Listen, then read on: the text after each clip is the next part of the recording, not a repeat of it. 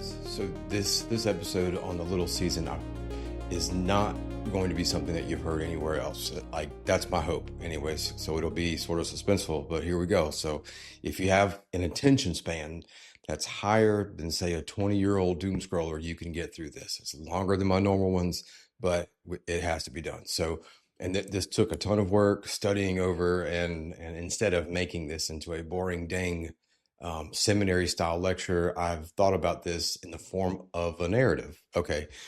Because it's lengthy, and I want your attention to stay here, and I don't want you to click off, because I have purposed my thoughts to tell, in my mind, probably one of the most important and epic stories of betrayal, and not a boring university amphitheater lecture. Okay. This is one of the most important ones that I've done thus far. So here we go.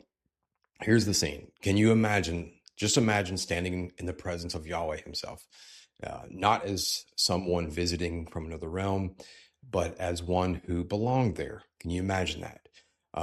You see the throne, you hear the seraphim, you're standing in the light of the heavenly realm. You're engulfed in light. Or how about being in the court of heaven with all of the other Elohim? So how about knowing true love in its fullness, like completely, or complete peace within and without? Now imagine then turning your back on all of this for something else, something terrible. And I'm gonna mine the text far beyond what most have done, even into the realm of speculation, and use reasoning and logic to pursue what I'm about to open up. Okay, so this episode concerns beings, divine beings, who had direct access to God and still chose to not merely cross a proverbial line, but to do the worst thing possible that you could ever do as an angel. I'm going to stay with the Bible as the main source, of course, but I'm going to bring in one early Jewish writing, and that's First Enoch. Only for I know how some of you guys get, but like, this is only for the specific detail of how the rebel angel's decision was sealed. And the main passages that I'm going to be in are Genesis 6, Job 1 and 36, Psalm 82, Deuteronomy 32, Jude 8, and I think Second Peter, and of course First Enoch. So here we go.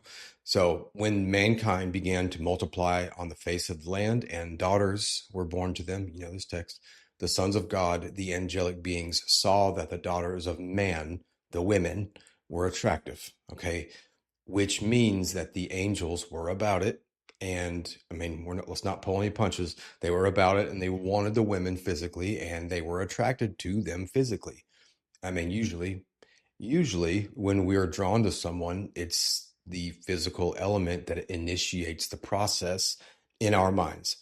So these angels, and we don't know their specific rank or hierarchical position. Okay, so I'm going to use the term angels as I go along, but these angels took wives, anyone that they chose.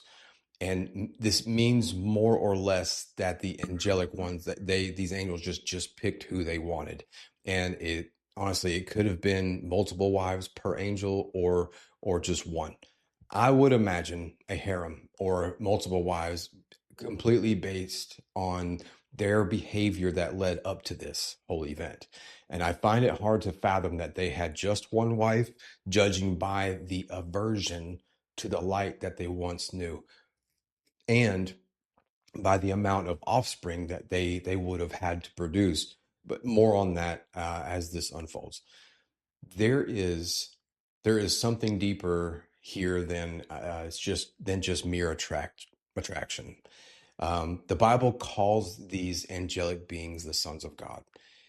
This refers to divine beings who were already part of God's heavenly court long before humans were even created. I've done previous episodes on this, so check that out.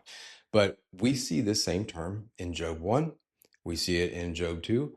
And these sons of God present themselves before Yahweh on the throne, right? So like in Job, it says they shouted, the angels, they shouted for joy when the earth was created.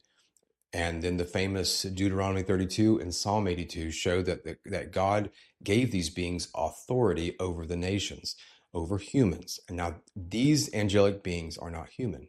They existed before humanity, and they already held real positions in God's kingdom.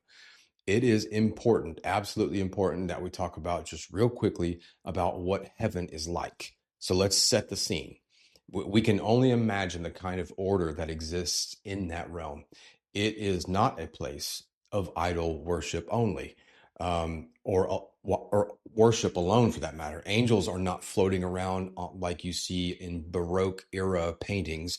Heaven functions like a vast and perfectly synchronized kingdom. And some of these sons of God or angels were assigned to attend the throne without ceasing. Just picture it. They're moving in constant rotation so that the worship never breaks. Other angels carried decrees or orders from the throne to the lower realms and then returned back with reports of what had been accomplished or with what had not been accomplished. Other angels report what is going on down on the earth or in the earth. Many multitudes of angels report the status of those whom they are appointed guardians over. Here's where you get your guardian angels from. So, like, still, others maintain the boundaries between the heavenly order and the created world. Okay. And they ensured that nothing crosses without permission. They guarded the borders. Now, there are those whose task also was to record the affairs of the nations and bring the records before the divine council when it assembled before the high throne. There were those who stood ready to execute judgment when the word of God went forth. Now, each angel had a place. Each angel has a function. Now, each knew exactly where he fit in the machinery of the heavenly kingdom. Now, their days, if we can even call them days, were marked by movement, doing things, accomplishing tasks, doing tasks, completing tasks, all that stuff, and having purpose in their lives. The angelic race have many different roles. Each has a particular job, okay? They have responsibilities to fulfill. There is free will in the heavenly realm. That's the only way that this can logically work. It's a city. Now, I mean, how else would it have been possible for the angelic beings of Genesis 6, of that rebellion, to get together, formulate a plan before they initiated the rebellion? Think about it. Guess where they came up with the plan?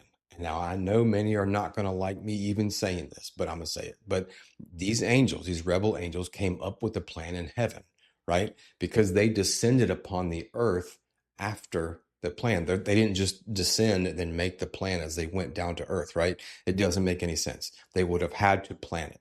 Now, I mean, they did not come up with this. They didn't come up with this after the Bible says that they left their place.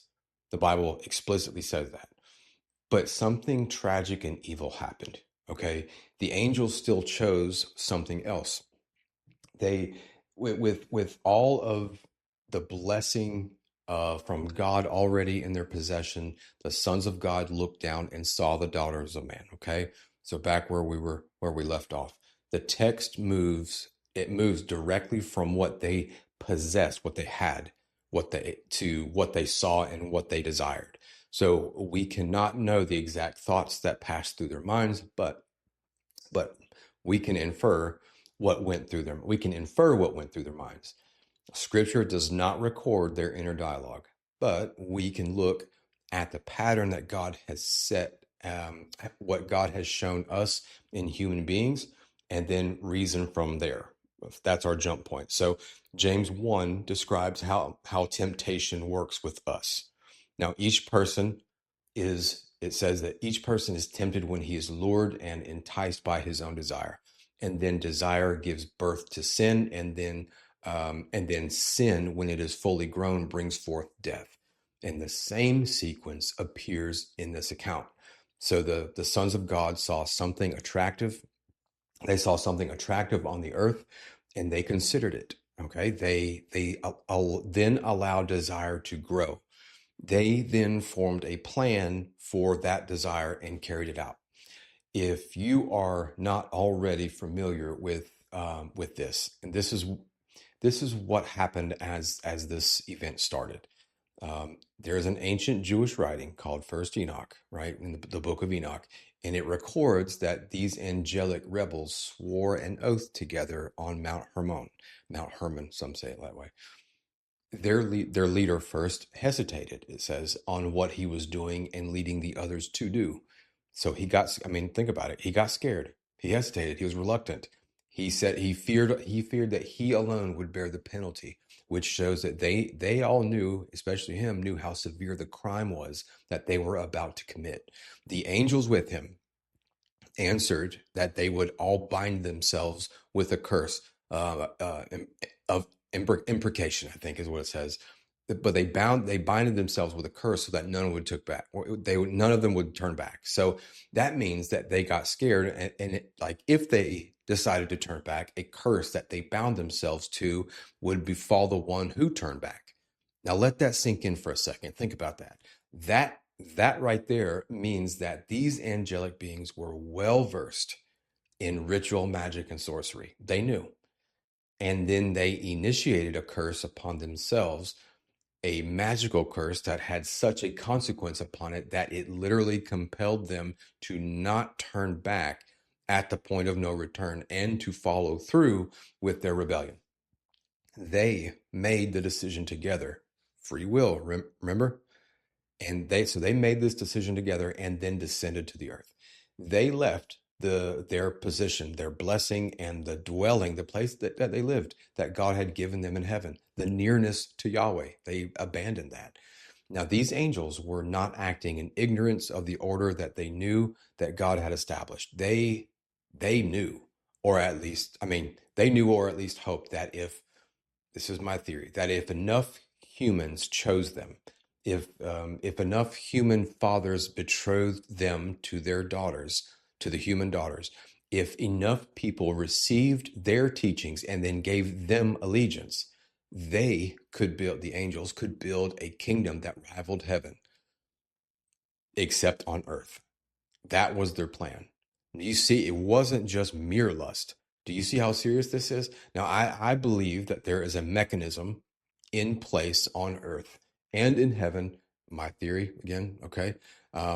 There's my disclosure. So, like, there's a mechanism in heaven and on earth that's always been there. And it's about how God ordered the realms, the two realms, heaven and earth. That I call that mechanism it's human consent, but it's a mechanism. And this human consent mechanism could give them what I call a functional rule. And that's why they were willing to risk everything. So why else would you plan and commit this assault if there wasn't a possibility that that this could actually even be accomplished, right? It would be fruitless to even do if you knew it couldn't be. So why would you do something if you know you will lose and then fall for eternity? That is why the oath that they took was necessary. They were attempting to activate and secure that consent-based avenue on a massive global scale. Where Satan failed in Eden, my theory is that they figured and thought that they could have a greater strength in numbers. So guess how many of them there were that descended? 200. So 200 of them then descended with their mission and engaged the plan. Now, do you remember the orders that God gave Adam and Noah? He said to them both, but obviously not at the same time. He said, bring order and populate the earth. Well, the watchers also took and formulated that same decree for themselves. They bastardized and perverted it. They would order and populate the earth according to what was right in their own eyes and not Yahweh's. It is possible that they assumed that there was going to be some form of forgiveness or leniency that followed their decision from God. So like they may have justified the act in their own minds, believing that the consequences would not be permanent or that mercy would still be extended after this this whole thing blew up in their faces, but the records don't show that. They actually show otherwise. The book of Enoch records that these angels records these angels after they were imprisoned. They actually petitioned Enoch to go before the Father and ask forgiveness on their behalf. I mean, think about that. So like, but they were denied by the Father after Enoch took the request before the throne of heaven. In Jude 6, it even says how does it go? It says that the Bible, or it says that these angels did not keep their own domain, but they abandoned their proper dwelling and are now being kept in eternal chains under gloomy darkness. And this is going to be until the judgment of the great day. So in Second Peter, it says that God did not spare the angels when they sinned, but he cast them into hell and committed them to chains of gloomy darkness. It says that again. And like I said, they'll be kept there until judgment. Now, their choice was deliberate. It was a plan. They knew good and well consequences would follow, and they made the decision anyway to do what they did. Now, these sons of God then took human wives. They had children. Genesis 6 calls he calls these offspring Nephilim, and they're mighty men of old. And First Enoch records that these watchers, the angels who did this, also taught practices when they after they were on the earth for a while, they taught practices that increased the violence and corruption on the earth. So Genesis 6, it says that the earth was corrupt in God's sight and then filled with violence. All flesh. It says all flesh. All flesh had corrupted its way on the earth. It's my contention that these angelic beings were not just merely about mere lust, like I said that before, but they wanted a kingdom. They wanted to establish order that an alternative order that humanity would choose and sustain. So an order that would ultimately destroy mankind given enough time, but destroy the thing in the image of God that mankind was created in, because they were also jealous of the status that man was given by God. This is something that's recorded. So like more on that in another episode. But the judgment that came was the flood. Okay, after all this blew up. But there's something important that's often overlooked. The flood itself, the flood itself did not kill the rebel angels. They're spiritual beings.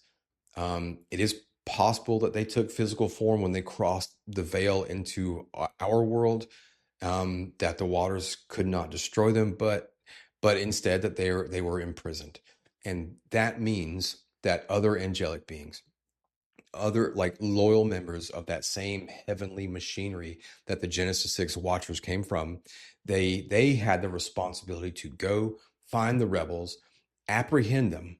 The executors of judgment and the boundary maintainers had to actively carry out this arrest. They had to go behind enemy lines, as it were, and they had to cross into the corrupted realm, take hold of their former brothers, and then bind them. Or, I mean, could it be angelic sisters? I don't know, but they had to be bound. And I do not think that these rebel angels went quietly into the night. I mean, can you imagine like the battle that ensued? Think about it. Like the sons of God, the angelic rebels committed treason as they left heaven, engaged their master plan to build a kingdom to rival God's own kingdom. They sired their own demigod Nephilim sons, and they are just going to give up and be tied up and just hauled off. And I mean, it's a possibility that they went quietly into the night, maybe, but I doubt it. I mean, I just can't see that. But remember the angel in Daniel 10. It says that he was delayed in getting to Daniel because Satan was fighting against him, and how Michael the archangel had to come to his aid.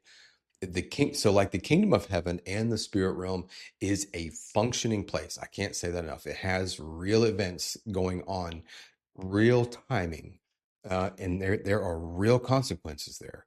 So now keep in mind, by their imprisonment, the rebels were removed from any further ability to operate through the consent mechanism that I talked about earlier. That the consent mechanism that they tried to hijack. Here's what I think proves my consent mechanism theory. So during the reign of the fallen angels, God did not intervene, right? He did not, at least he did not intervene immediately. He let the choice of the people play out, right? So Yahweh did not intervene until this point here. As it says when the people began to cry out. Now you have to think, like, how bad would things have to actually be? Think, how bad would things have to get for the in order for the masses of mankind that so many of them would have to cry out to God for help. I mean, they weren't doing that from the jump. Things probably started out really good for these people for centuries, but eventually that started to wane. In the book of Enoch, it records that the Nephilim had begun eating people, like cannibalism in mass. This must have gotten to an unbearable point. It's not like they just ate one person. This had to be like going on profusely. So the corruption had reached a point that required God to begin again with Noah. The cries had gone up to the heavenly kingdom, had gone up to Yahweh's throne, and the mechanism that I talked about earlier had been pushed to its limit. So the sin of those rebel angels was full. God heard the cry of the people and he acted. But it's important to remember that it was not until the people cried out to him for help. Just think, what if they never cried out? I mean, just fill in the blanks. But this pattern of consent-based influence, it did not end with the flood. It continues throughout the scriptures. So time and time again, the people of God turned from Yahweh. I mean, and we know this in our own lifetime, right? By what we do, and gave their allegiance to other Elohim. God allowed periods of that choice and he let people experience the consequences, but he sent prophets and warnings, but he did not instantly override the mechanism that he had built into the machinery of the world that he had made. Okay, you understand what I'm saying? So true allegiance matters to God. Now this is the part that that I think gives my theory more traction. How can I say this? So like it brings us to a correlation in Revelation 20 concerning Satan's little season from the book of Revelation. So this is what I alluded to days ago about doing this episode. So it's here that the consent mechanism reaches its most revealing and ultimate expression, if you will. So before I go there, I want to pause and say clearly that connecting Genesis 6 and this consent mechanism directly to the little season in Revelation 20 is my interpretive theory. I know some of this, the way I talk, sometimes all of it sounds like scripture. It's not. So, but it's a way that I see these passages fitting together, and to me, it's a pattern. But it's not the only way to read Revelation 20, and it goes beyond what the text states outright explicitly. Okay, so I'm offering it as a thoughtful lens, not as the definitive canonical explanation. Okay, so the same consent-based mechanism that the Watchers attempted to do or activate in Genesis 6, it's not a side thing. It is central to how God ordered both the heavenly and earthly realms so that allegiance would be real rather than forced. So the sons of God in Genesis 6 understood this. They understood this very, very well. The angels were not simply rebelling out of lust or chaos. I've said this several times now. They were attempting to establish a rival order that would be sustained and fueled by human participation and consent. So demonic possession also works very similar to this. So they wanted a kingdom that humanity would choose, at least at first. I mean, why do you think that the Watchers taught mankind many unauthorized things? They taught them how to do sorcery, how to do magic, how to seduce, how to fashion weapons on a mass scale in order to kill in mass. I mean, how to develop harmful pharmaceuticals and drugs that were solely designed for addiction, hallucinogens. That is why the oath on Mount Hermon was so binding. These angels were locking themselves into a high stakes strategy, more than a game, high stakes strategy to activate and secure that same consent mechanism on a large scale. You see, so they knew that if enough humans gave them allegiance through arranged relationships, through receiving their forbidden knowledge and accepting it and using it, through in trade. I mean, there's always something to giving up, right? Through cultural and spiritual participation, they could then build something lasting that could eventually supplant all of humanity with their own offspring. Eventually. Um, I mean, you can play the timeline out in your mind. The mechanism gave it gave their rebellion real traction, and that this same mechanism runs through the rest of the scriptures. So so when Israel repeatedly turned to other Elohim and bowed down to idols, God did not immediately destroy the nation every single time. I mean, you remember if you've read the Bible or you've been in it, at least even a little bit, he allowed seasons where the people chose alternative rulers and experienced the consequences of that choice. Yahweh sent warnings. He raised up deliverers, but I mean, and he warned them with prophets. He honored the space that he built into the order of creation for human beings to either give or withhold their consent. Not, I don't mean permission. I don't mean like we are more powerful than God kind of permission, right? So, this is not weakness on God's part. It is the deliberate design of a God of Yahweh who wants hearts that truly want him, not subjects who are compelled by irresistible force like in Calvinism or Reformed theology. Now, bring this understanding to Revelation 20 of Satan's little season. So Satan is bound and sealed in the abyss so that he should deceive the nations no more, at least for a time, for 1,000 years, a millennium. Um, that binding is not merely punishment or restraint for its own sake.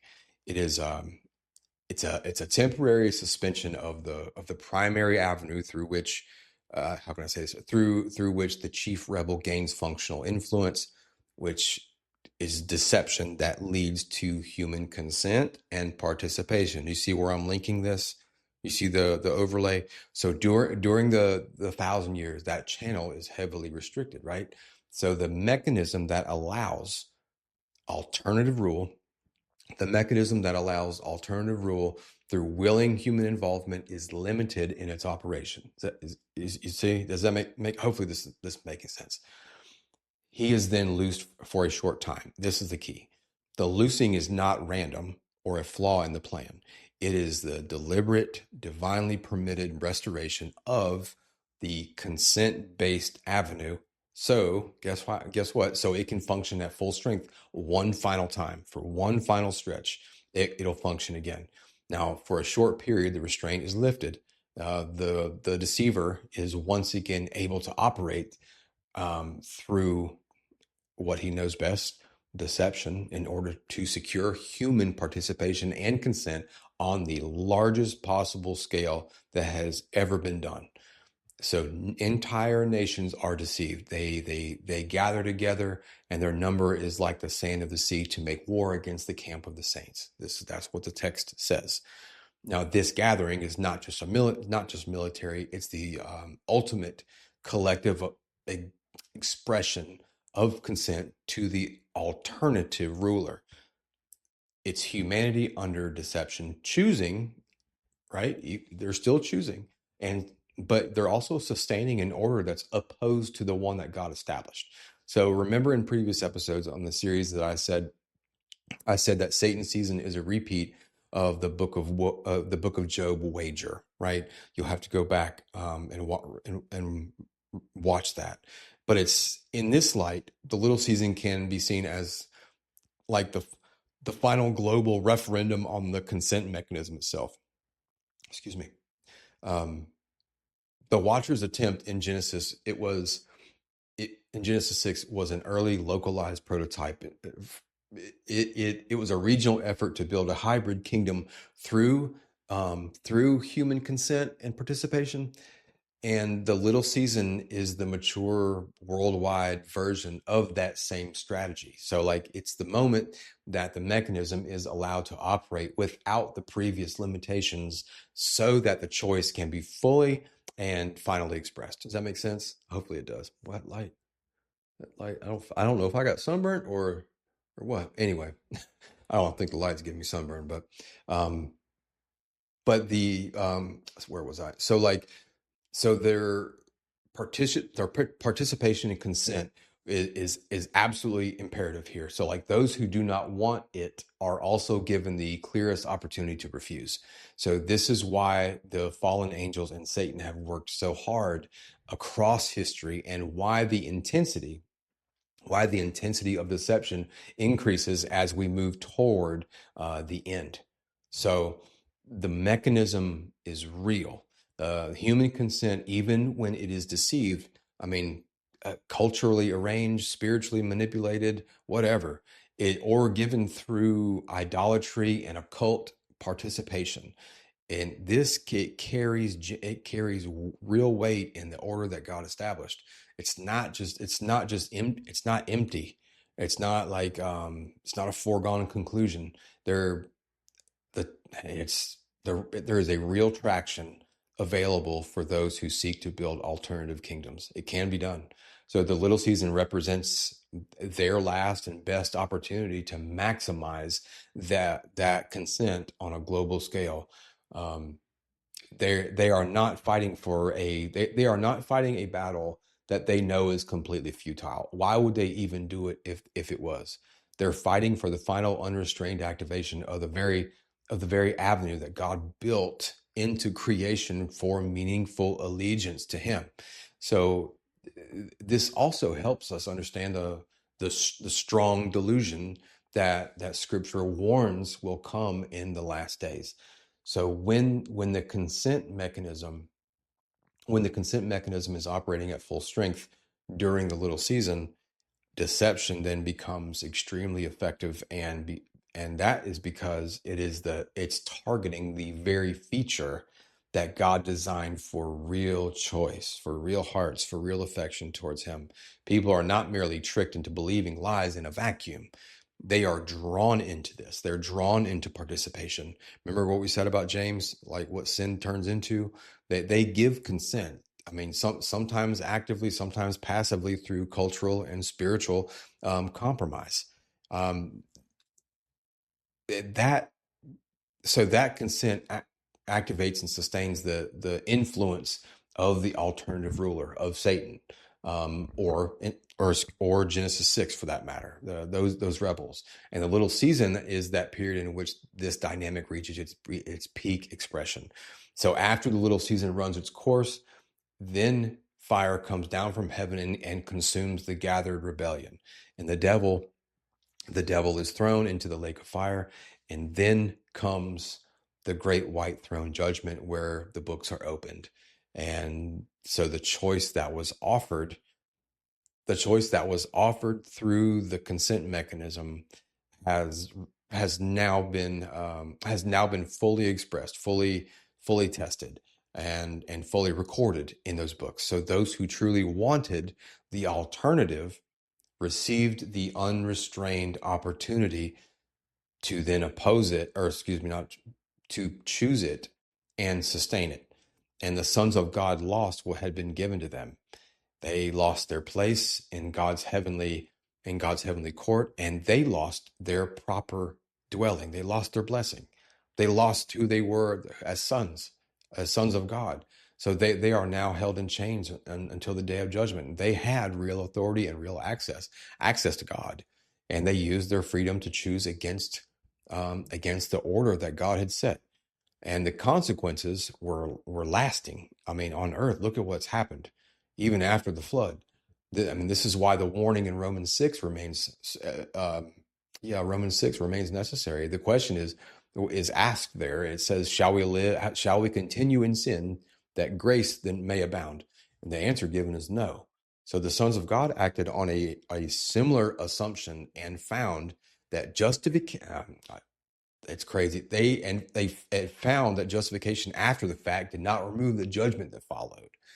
You see, so like the same pattern appears with us. An idea is considered, desire grows, a plan then takes shape. Action follows the plan. James 1 says that each person is tempted when he is lured and enticed by his own desire.